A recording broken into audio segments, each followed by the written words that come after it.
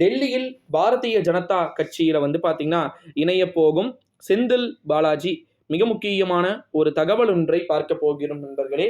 வீடியோவை முழுமைக்குமே வந்து பார்த்தீங்கன்னா ஸ்கிப் பண்ணாம பார்க்குமாறு கேட்டுக்கொள்ளப்படுகிறது. குறிப்பா பாரதிய ஜனதா கட்சியில செந்தில் பாலாஜி எந்த நேரத்தில் வேண்டுமானாலும் இணையறதுக்கு வாய்ப்பு இருக்கு அப்படின்னு சொல்லிட்டு எதிர்பார்க்கப்படுகிறது நண்பர்களே. காரணம் என்னன்னா, செந்தில் பாலாஜியை பொறுத்த வரைக்கும் ரொம்ப ரொம்ப வீக்கா இருக்கிறாரு. ஏன்னா முடியல மனுஷனால. என்னதான் பார்க்கறதுக்கு வெளியே ஊருக்கே பருப்பா இருந்தாலும் வீட்டுக்கு தொடப்பக்கட்டை தான் அப்படின்ற மாதிரி கொங்கு மண்டலத்தின் கோட்டையை ஒரே ஒரு சுண்டு விரல்ல கையில வச்சுக்கிட்டு இருந்தவர் இவர். ஸ்டாலின்லாம் நிம்மதியா தூங்குனதுக்கு காரணமே என்ன தெரியுமா? 2வது வருஷம் ஆட்சியில செந்தில் பாலாஜி தான். அவர் தான் ஃபர்ஸ்ட் வருஷம் திணறல் இருந்துச்சு, ஸ்ரீமதி விஷு போச்சு. செகண்ட் இயர்ல கம்ப்ளீட்டா சும்மா அப்படியே, அதாவது முதலமைச்சருக்கு எங்கேயுமே இடம் கேப்பே கிடையாது. ஸ்ட்ரைட்டா ஊழல் அடிக்கலாம், ஸ்ட்ரைட்டா எங்க வேணா போலாம், எதிர்ப்பே இருக்காது. அந்த மாதிரி இருந்த ஒரு மனுஷன் டோட்டலி சேஞ்ச்டு.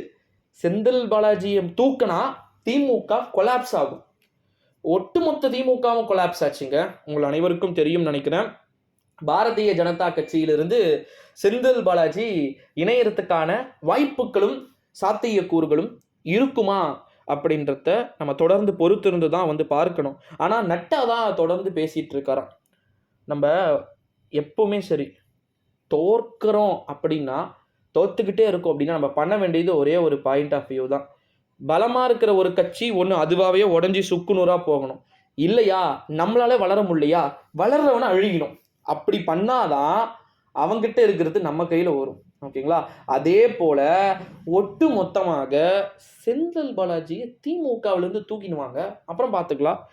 ரஃபேல் பாருங்க, வாட்ச் கட்டுறதுலேருந்து எல்லாத்தையும் பேசக்கூடிய ஒரு டேலண்டடான ஒரு பர்சன் தானே.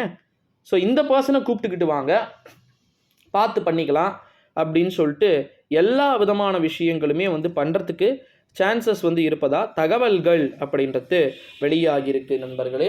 ஸோ அது மட்டும் இல்லாமல் இன்னொரு ஒரு மிக முக்கியமான ஒரு தகவல் என்ன அப்படின்னு வந்து பார்த்திங்கன்னா, பாரதிய ஜனதா கட்சியிலிருந்து செந்தில் பாலாஜி இணைவதற்கான அதிக வாய்ப்புகளும் சாத்தியக்கூறுகளும் அதிகமாகவே வந்து பார்த்திங்கன்னா இருக்குது அப்படின்னு சொல்லிட்டு எதிர்பார்க்கப்படுகிறது நண்பர்களே.